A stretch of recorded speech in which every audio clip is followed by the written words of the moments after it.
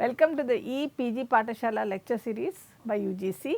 This is the subject computer science and we are going to talk about the paper machine learning, and in this module we are going to talk about an important aspect of machine learning, clustering. And clustering is an unsupervised technique, very important when we do not have data that is readily tagged or available to us for supervised learning. These are the people responsible for the development of this module and for the creation of this module. Now, let us look at the learning objectives of this particular module. The learning objectives of this module are to understand clustering and its applications, and then to look at hierarchical clustering, that is one type of clustering. In this module, we will be looking at one type of clustering. The next module, we will be seeing another important methodology of clustering called k-means clustering. And then we are going to understand agglomerative clustering with an illustrative example, agglomerative or hierarchical clustering, which we are going to understand with an illustrative example. So, the keywords are clustering, hierarchical clustering and agglomerative clustering. Okay. So, first before we go forward, let us understand what is clustering. Okay. So, let us first understand what is clustering. So, clustering is the most important unsupervised learning problem. It is so important and so popular that clustering and unsupervised learning have been used synonymously, but actually it is not. Clustering is one type and very important type of unsupervised learning problem. It is a method of data exploration. That is, what we are trying to do is we are trying to look for patterns or structure in the data that are of interest in a collection of unlabeled data. Now, please remember here the important part is that what we are having is a collection of unlabeled data. Unlabeled means class is not labeled or with the data. It is only just the data, and then we are looking for patterns or structure in that data. We do not know what will come, but we are looking for such patterns or structure in the data. So, basically as I already told you, what we have to stress here is that no class values denoting a priori beforehand, the grouping of the data instances are given. So, that is the difference between unsupervised learning and supervised learning. In supervised learning, data instances along with the class labels or values will be given, but in unsupervised, the a priori grouping is not done, the data instances are just given, and after that we try to find a pattern or a structure in that. So, a loose definition of clustering could be the process of organizing objects or data points into groups whose members are similar in some way. So, that is the loose definition of clustering. From this you must understand, when we say members are similar in some way, now depending upon the features that you are going to use, the clustering groups can be different. For example, you just take a class of students. When you take a class of students, you want to cluster them. Okay, we are not given any label. So, one of the clustering could be based on which place they come from. So, if you group them according to place, you will form a separate cluster. If you want to look at what are their specializations or something like that, or areas of interest, the group will be completely different. Okay. So, the group is dependent upon the similarity we are looking for, and the similarity in turn is based on the feature that is we are basing the clustering on. A cluster is therefore a collection of objects which are similar between them and dissimilar to the objects or data instances that occur in some other clusters. So, that is the clustering definition.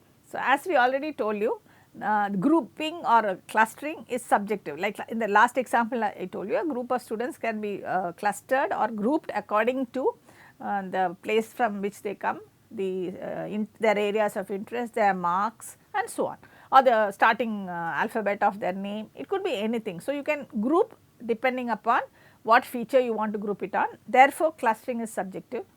So, let us look at an example. This is a set of people that we have and we want to group them. One way of grouping them is all these 4 people that we see here are all employees of a school. So, that is one grouping. Another grouping is all of 4 of these people, they are all from the same group, they all belong to Ram's family. Okay. Or you could group them according to their sex, like these are females and these are males. So, there are different groupings possible. This is a natural grouping. So, clustering is subjective. Now, let us again talk a little more in detail about clustering. Given a set of points with a notion of distance between the points, group the points into some number of clusters so that members of a cluster are close to each other and members of different clusters are far away from each other. So, now what are we talking here? We are talking about a concept of or a notion of distance between data points. The distance is based on the similarity. So, the more distant they are, the less similar they are. So, you are going to group these points into clusters. Members of a cluster are close or similar, close if it is distance or similar to each other, and they are, if they belong to different clusters, they are dissimilar or they are far away from each other. Now, let us take an example here. You have data points, you have a green, blue and yellow clusters, okay, they are just numbering, and the points that come together is forming a cluster, and you can see there are some points which we call as outlier. I will come to the what is an outlier. So, a data set here has 3 natural groups of data points, and here in this example we have 3 clusters. Now, we have an outlier. An outlier is an observation of the data or a data point that deviates from all other observations. That means it cannot fit into any of the clusters, then it is called an outlier. Now, you may be wondering suddenly why we are talking about outlier. Outlier is a one very important concept of machine learning, used very often in medical applications, where we want to find something that is dissimilar from others. So, that would be an indication of a disease, for example. So, this is specifically outlier detection came into the picture in medical data, and now it is being used in anomaly detection and such type of applications. So, outlier is also very important. Okay. Now, one more point that we have to discuss here is, when we talk about cluster, how the clusters are formed depends upon a threshold, a distance threshold you put. So, the higher the threshold, if you put high threshold, then that means that they cannot be clustered together. That means the number of clusters will be less. If you lower the threshold, the number of clusters will be more. So, the threshold also, the distance threshold also depends on how the clustering is performed. Now, let us look at some applications of clustering before we go forward. So, understanding for understanding purposes. So, you group related documents for browsing, group genes for and proteins for that have similar functionality, or group stocks with similar price fluctuation. So, these are to understand the whole process. So, either related documents or group genes depending upon the functionalities and so on.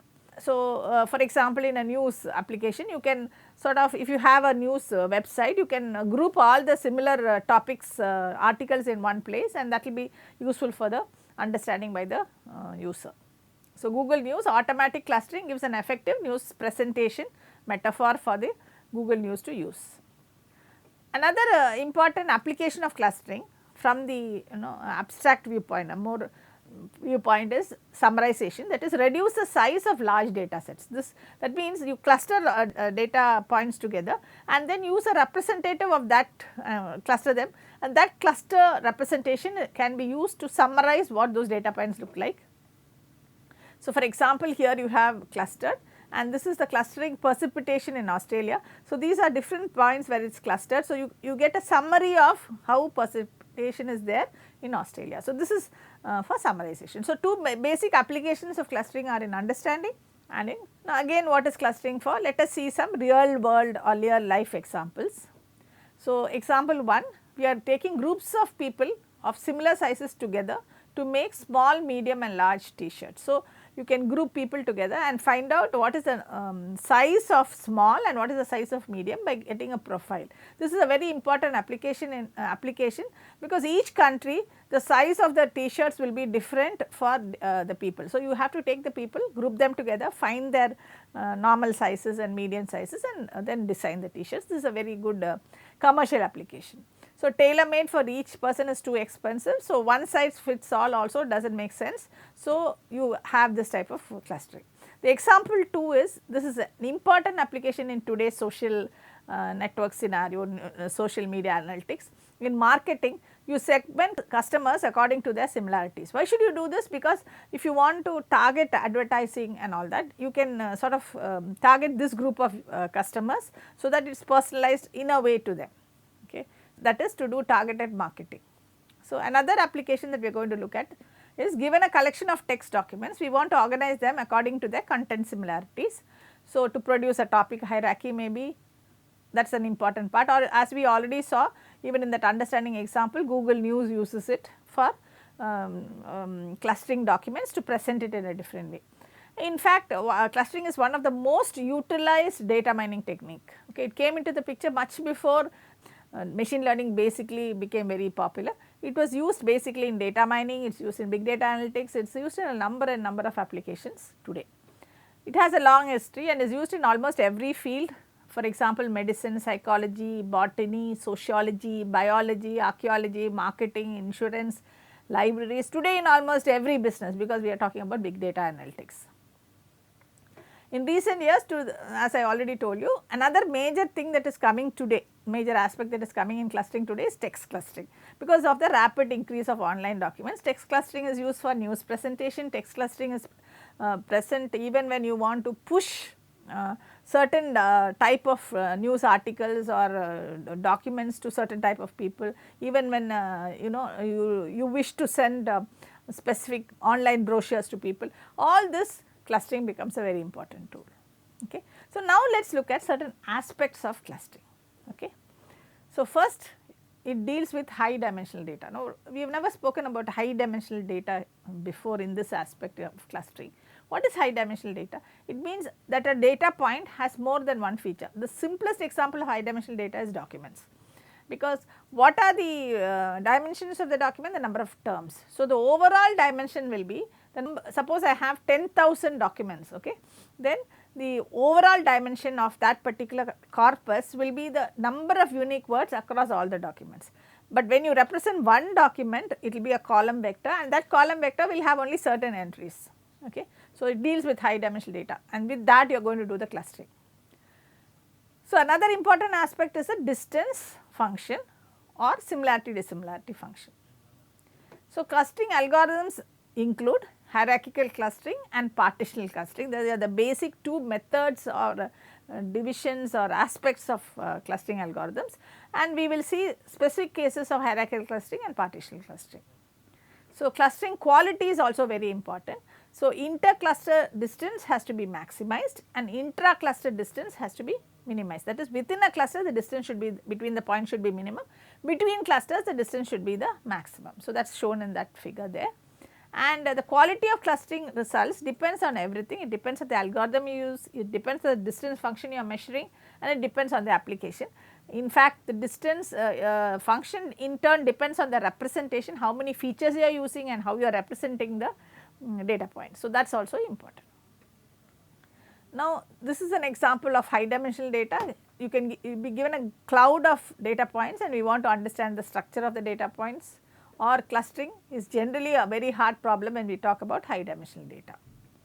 Now, let us look at similarity measures. As we already told you, distance function or similarity measures, they are inverse of each other. The more distant they are, the more dissimilar they are. Okay? But we can use it interchangeably as long as you understand that basic difference between the two. So, clustering is grouping together similar data, but what does this mean? What do you mean by grouping together similar data? That is the question we want to answer. Choosing similarity measures is a critical step in clustering. If you do not choose a good similarity measure, you will not get a good clustering. So, similarity measures are often defined as the inverse of the distance function, as I already told you. There are numerous distance functions for different types of data. For example, you could have numeric data, you could have nominal data, you could also design distance function for different specific applications. Okay. So, now let us look at distance functions. For numerical attributes, we denote distance with distance between xi and xj, where xi and xj are data points. Remember, data points means they could be vectors, they need not be just one point in space, it could be a vector. Okay. Most commonly used functions are Euclidean distance and Manhattan or city block distance. Euclidean distance is the distance between any two data points in space, geometric distance between any two points in space, which we have studied in our school. Manhattan city block distance is slightly different, we will come into that. So, they are all special cases of Minkowski distance, where h is a positive integer. We will discuss those as we go along. So, the first what we see here is the distance xi xj is measured as the every point. So, I and j are represented by many dimensions, and depending upon, so you will find xi1 minus xj1, xi2 minus xj2 to the power of h. So, we are leaving h as it is, we have not defined h, that is called Minkowski distance, and we take the square root of that h. Okay. So, now simple case is the Euclidean distance. In Euclidean distance, this h is equal to 2. So, distance of xi minus xj is square root of, because we have put h is equal to 2, xi1 minus xj the whole square plus xi2 minus xj2 the whole square up to how many ever is your dimension. So, dimension is 1 and h is 1, 2 parameters. If h is equal to 1, then it is called as Manhattan distance or city block distance. So, then it will be distance of xi xj is equal to xi1 minus xj1 plus xi2 minus xj2 and so on. So, that is Manhattan distance. So, we have seen Manhattan distance and Euclidean distance. They are all special cases of Minkowski's distance, which is defined in terms of a h. We also have weighted Euclidean distance, where each of these it is the same as Euclidean distance, but each of the dimensions is weighted. Now, this is very important. If you just look at it as a geometric problem, you won't understand the importance, but certain features, each dimension represents a feature. So, certain features you want to give it more importance, then that is where you will do the weight, and that is called weighted Euclidean distance. So, these are the basic distances we saw: Euclidean distance, Manhattan distance and weighted Euclidean distance. These are for numeric attributes. So, each of the values in that is a numerical value. Then we will see for binary attributes. For binary attributes, we will use a concept of a confusion matrix. This confusion matrix is used in a number of places in different contexts, but here we will talk as a confusion matrix as suppose you have a data point I and a data point j. They can be vectors. Here we have just taken simple example, and what we do is we can have that A, B, C and D as the 4 entries in the data points, and so you have A plus B, C plus D, A plus C and B plus D. So, I is A plus B alone and so on. So, you are actually finding out the similarity if they have the same value or not, binary, remember. So, if I and j are both 0, then you have A, 0 and 1 B and so on. So, number of attributes, the value of 1 for both data points, the number of that is A, B is the number of attributes for which B is I is equal to 0 and j is equal to 1, and psi is equal to 0 and j is equal to 1 and so on. So, this is the way it is defined. So, again just to repeat, both are 0, you have A, I is 0, j is 1, B, I is 1, j is 0, C, both are 1, you have D. So, number of attributes, the value of 0 for both points. Okay. So, asymmetric binary attributes, you have certain attributes called Jaccard coefficient and similarity function for text documents as cosine similarity. So, cosine similarity and Jaccard coefficient we will discuss later on when we talk about applications. Okay. Now, let us look at the methods of clustering. Now, what are the different methods of clustering?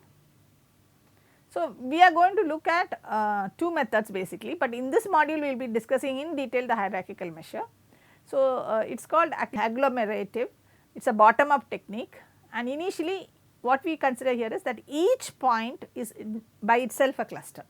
That is what we start off with, and you repeatedly combine 2 nearest clusters into one. So, suppose I have A, B, C, D and I find A and D are very similar, I combine A and D and that is considered now as a point. Now, I have 3 A, D, B and C. Now, I try to combine. This is the way agglomerative works. So, other method of hierarchical is top down. You assume that everything all the data points together form one cluster and you recursively split it. So, that is the next method of doing. So, here you will in the first method you will look at similarity, in the second method you will look at dissimilarity. So, this is a example of agglomerative and divisive, both you will start from top and go down, or the other one you will start from bottom and go up. Now, the next type of clustering is point assignment. Here you maintain a set of clusters and points, you try to find points that belong to the nearest cluster. So, for example, this is an example. So, you start with a cluster, see whether this point belongs to which cluster and put it together. So, you do not join clusters, that is not what we do here. This is called as point assignment. It is also called as partitional clustering. Now, let us look at hierarchical clustering.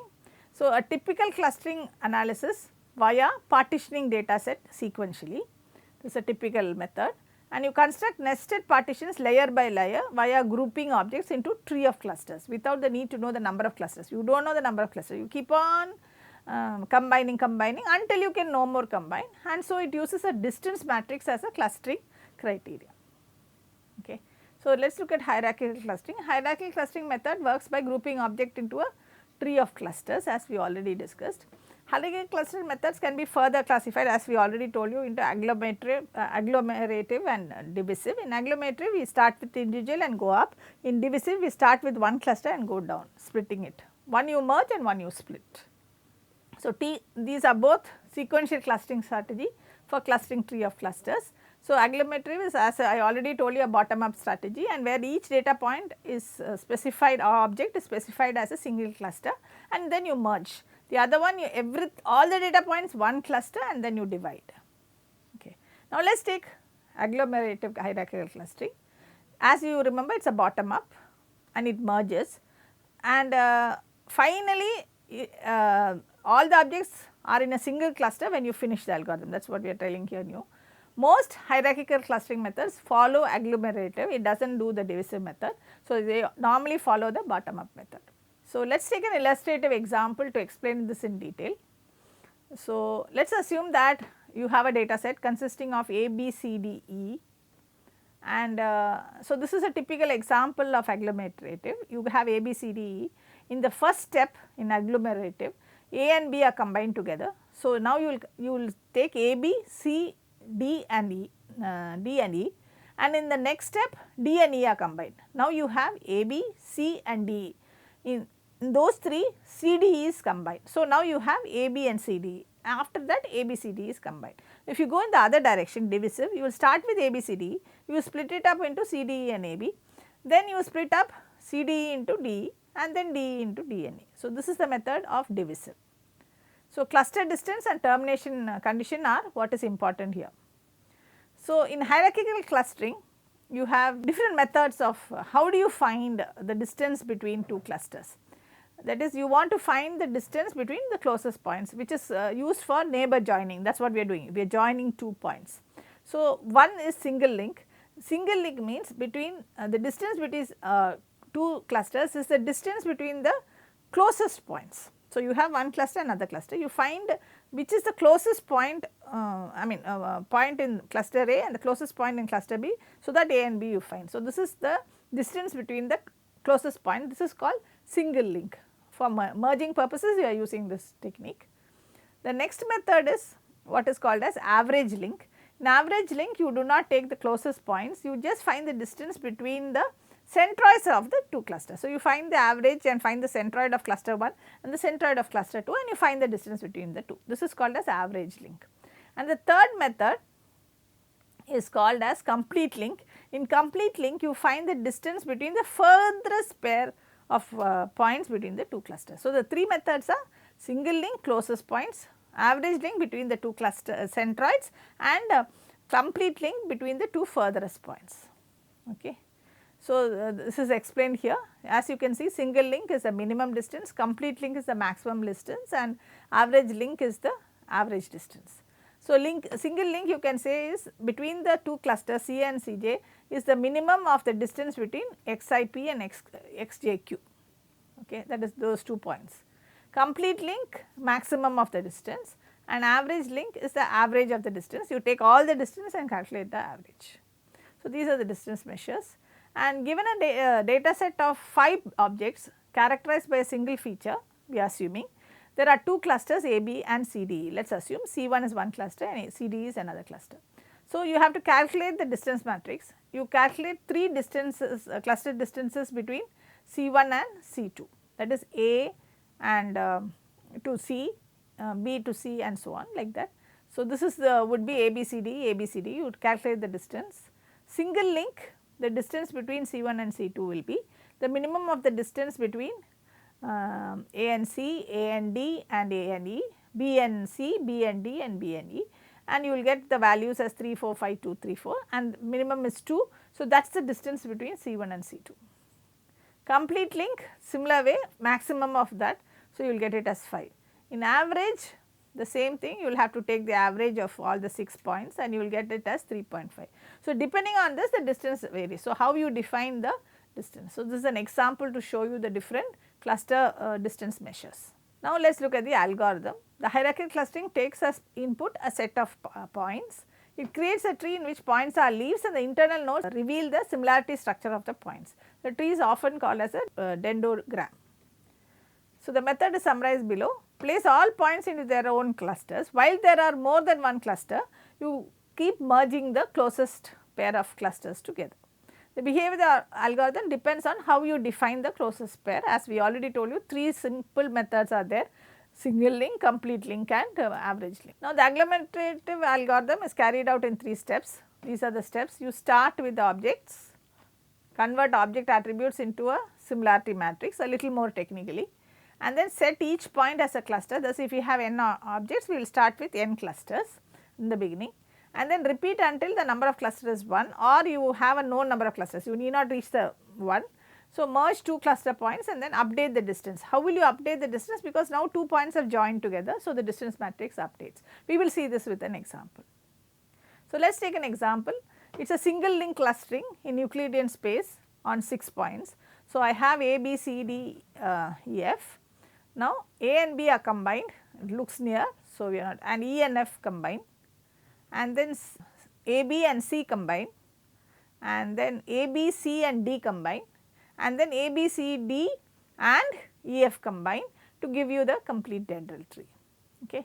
So, this is the dendrogram representation. In the beginning we have 6 clusters, we merge the clusters D and F to form a cluster with the distance as 0.5, the values are given there.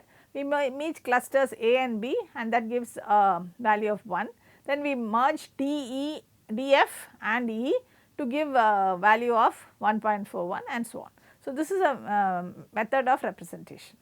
So, let us take an example. Again repeat, the key operation is repeatedly combining 2 nearest clusters. So, there are 3 important questions you have to answer here. How do you represent a cluster of more than 1 point? How do you determine the nearness of clusters and when to stop combining clusters? These are 3 important points you have to answer. How do you represent a cluster of more than 1 point? How do you determine the nearness of clusters? How do you define it and when to combine or when to stop combining?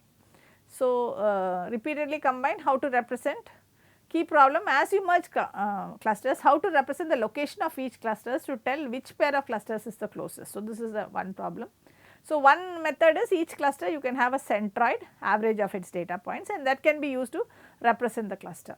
How to determine the nearness of the cluster? You can use any of the distances, cluster distances, or here the best is distance of centroids. Now, what about non-Euclidean case? There we assume Euclidean case. In that case, the only location we can talk about are the points themselves. There is no average concept at all when you talk about non-Euclidean case.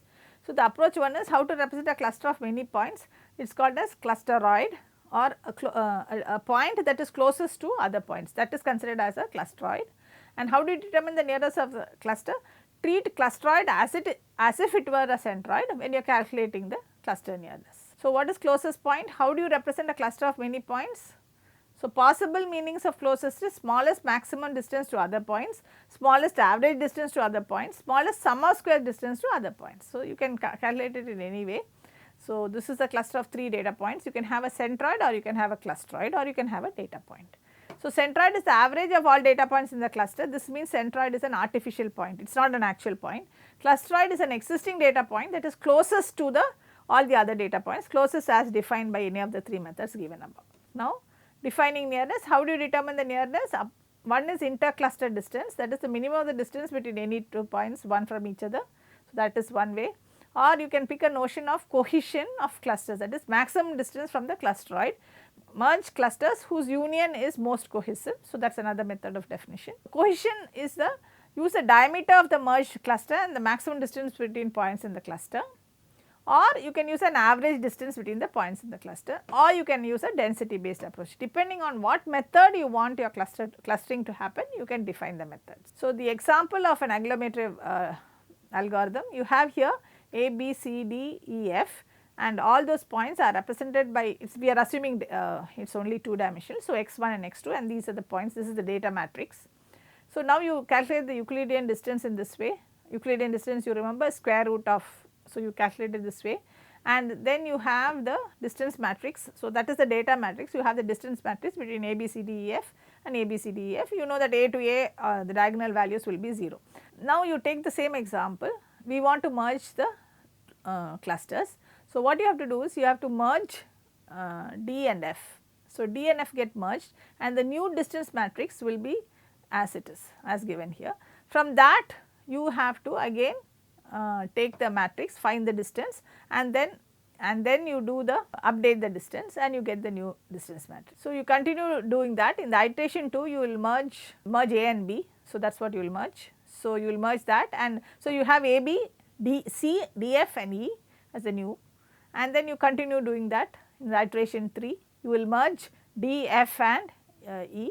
So, that will be the next one, and after that in iteration 4 you will merge D, F, E and C. So, you will get this, and finally you will merge everything together with the termination condition. So, this is the example that we have given, and this is a divisible, again a top down strategy, works in the similar way, but it subdivides it. So, here we have to find the furthest distance, you have to termination condition. So, what is the summary of this module that we have done? We have discussed explain clustering and its applications, we have discussed hierarchical clustering along with different distance measures, and we have explained agglomerative type of hierarchical clustering with an illustrative example. So, thank you.